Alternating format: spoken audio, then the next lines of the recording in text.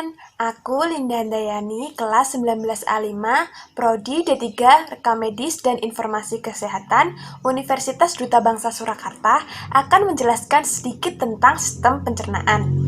Jangan lupa like jika kamu suka video ini, subscribe, dan share ke teman-teman kamu supaya teman-teman kamu tahu apa itu sistem pencernaan dan organ-organnya. Yuk kita mulai pembahasannya.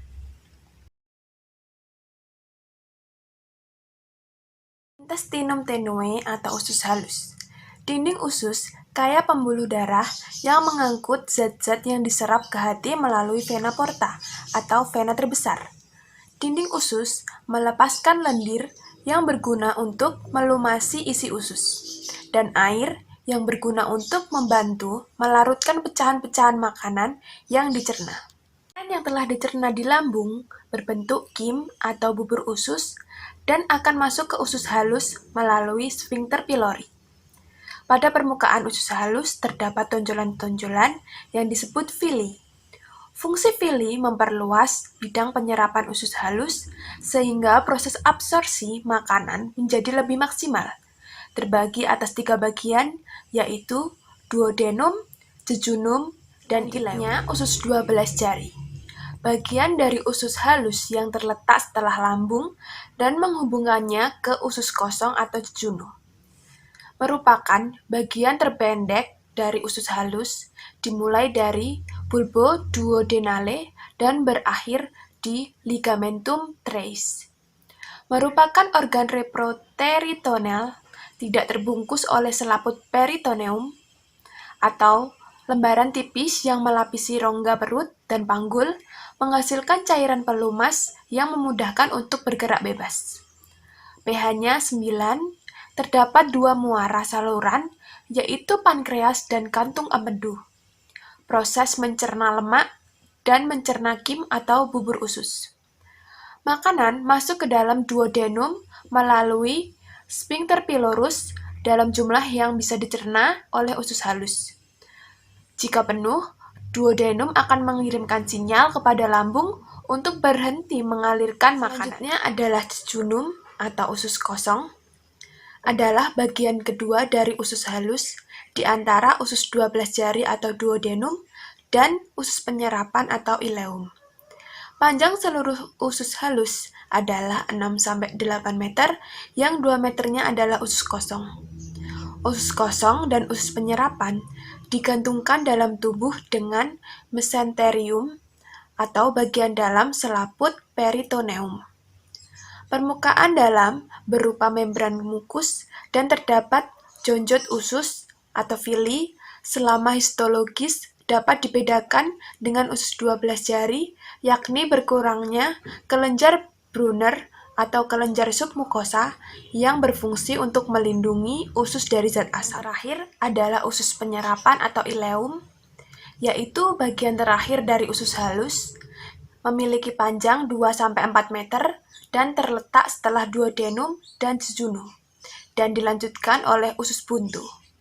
Ileum memiliki pH antara 7 dan 8, netral atau sedikit basah. Banyak terdapat villi untuk menyerap nutrisi berupa gula, asam amino, asam lemak, gliserol, vitamin, mineral, dan makanan yang belum diserap oleh jejunum. Enzim yang dikeluarkan oleh usus halus adalah enterokinase yang berfungsi mengubah tripsinogen menjadi tripsin.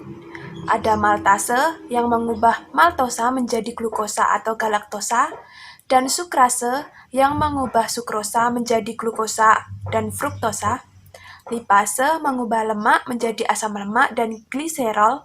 Erepsin atau dipeptidase yang mengubah pepton menjadi asam amino, dan disakarase mengubah disakarida menjadi monosakarida. Adalah usus besar atau kolon. Di dalam usus besar, sisa makanan dibusukkan oleh bakteri Escherichia coli dan menjadi feses. Dalam usus besar, terjadi proses penyerapan air yang masih tersisa pada makanan sehingga feses menjadi padat. Usus besar adalah bagian usus antara usus buntu dan usus rektum. Fungsi utamanya adalah menyerap air dari feses. Usus besar terdiri dari kolon ascendens, kolon transferum, kolon descendens, dan kolon sigmoid berhubungan dengan rektum. Bakteri yang terdapat dalam usus besar berfungsi membantu penyerapan zat-zat gizi dan membuang zat-zat penting seperti vitamin K. Beberapa penyakit serta antibiotik bisa menyebabkan gangguan pada bakteri-bakteri di dalam usus besar. Akibatnya terjadi iritasi yang bisa menyebabkan ada usus buntu. Adalah suatu kantung yang terhubung pada usus, penyerapan, serta bagian kolon menanjak dari usus besar. Fungsinya adalah menyerap air dan garam yang masih tersisa, melindungi tubuh dari kerusakan akibat zat asing yang masuk ke dalam tubuh. Penyakit usus buntu terjadi karena apendik tersumbat lalu pecah. Organ selanjutnya adalah umbai cacing. Umbai cacing adalah organ tambahan pada usus buntu. Umbai cacing terbentuk dari cesium pada tahap embrio. Umbai cacing berukuran sekitar 10 cm, tetapi bisa bervariasi antara 2–20 cm. Infeksi pada umbai cacing disebut apendisitis atau radang umbai cacing. Apendisitis yang parah menyebabkan apendiks pecah dan membentuk nanah di dalam rongga abdomen atau peritonitis, infeksi rongga abdomen. Apendiks mempunyai fungsi dalam sistem limfatik.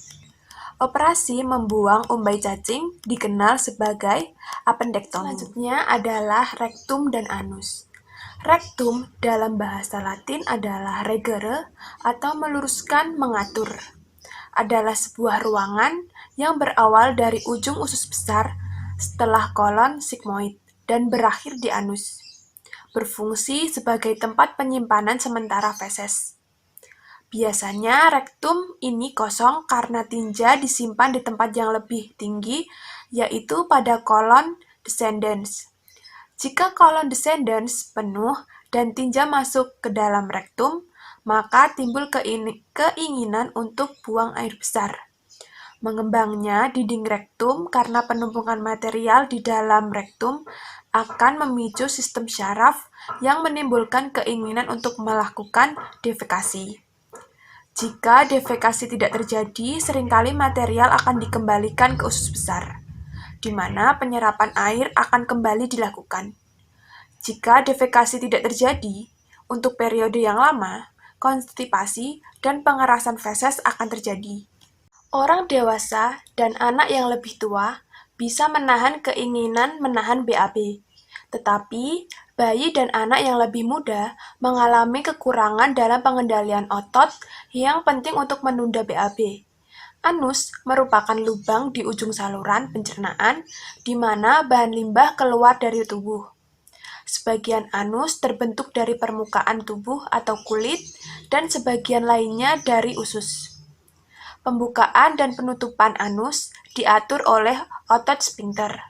Feses dibuang dari tubuh melalui proses defekasi atau buang air besar. Selanjutnya adalah pankreas. Adalah organ pada sistem pencernaan yang memiliki dua fungsi utama, yaitu menghasilkan enzim pencernaan, tripsin, amilase, lipase, atau bisa disebut eksokrin, dan hormon penting seperti insulin atau endokrin. Pankreas terletak pada bagian posterior perut dan berhubungan erat dengan duodenum. Pankreas terdiri dari dua jaringan dasar, yaitu asini yang menghasilkan enzim-enzim pencernaan dan pulau pankreas yang menghasilkan hormon. Pankreas melepaskan enzim pencernaan ke dalam duodenum dan melepaskan hormon ke dalam darah. Enzim yang dilepaskan oleh pankreas akan mencerna protein, karbohidrat, dan lemak. Pankreas juga melepaskan sejumlah besar sodium bikarbonat yang berfungsi melindungi duodenum dengan cara menetralkan asam lambung. Dan selanjutnya adalah hati. Hati merupakan sebuah organ yang besar dan memiliki berbagai fungsi, beberapa di antaranya berhubungan dengan pencernaan. Zat-zat gizi dari makanan diserap ke dalam dinding usus yang kaya akan pembuluh darah yang kecil-kecil atau kapiler. Kapiler ini mengalirkan darah ke dalam vena yang bergabung dengan vena besar atau vena porta dan pada akhirnya masuk ke dalam hati. Vena porta terbagi menjadi pembuluh-pembuluh kecil di dalam hati, di mana darah yang masuk diolah. Hati melakukan proses tersebut dengan kecepatan tinggi. Setelah darah diperkaya dengan zat-zat gizi, darah dialirkan ke dalam sirkulasi umum. Yang terakhir adalah kandung empedu dan saluran empedu. Empedu memiliki dua fungsi penting, yaitu membantu pencernaan dan penyerapan lemak, serta berperan dalam pembuangan limbah tertentu dari tubuh, terutama hemoglobin yang berasal dari penghancuran sel darah merah dan kelebihan kolesterol. Terima kasih telah menyaksikan video ini, semoga bermanfaat bagi kita semua. Saya mohon maaf jika ada kurangnya. Sampai jumpa lagi.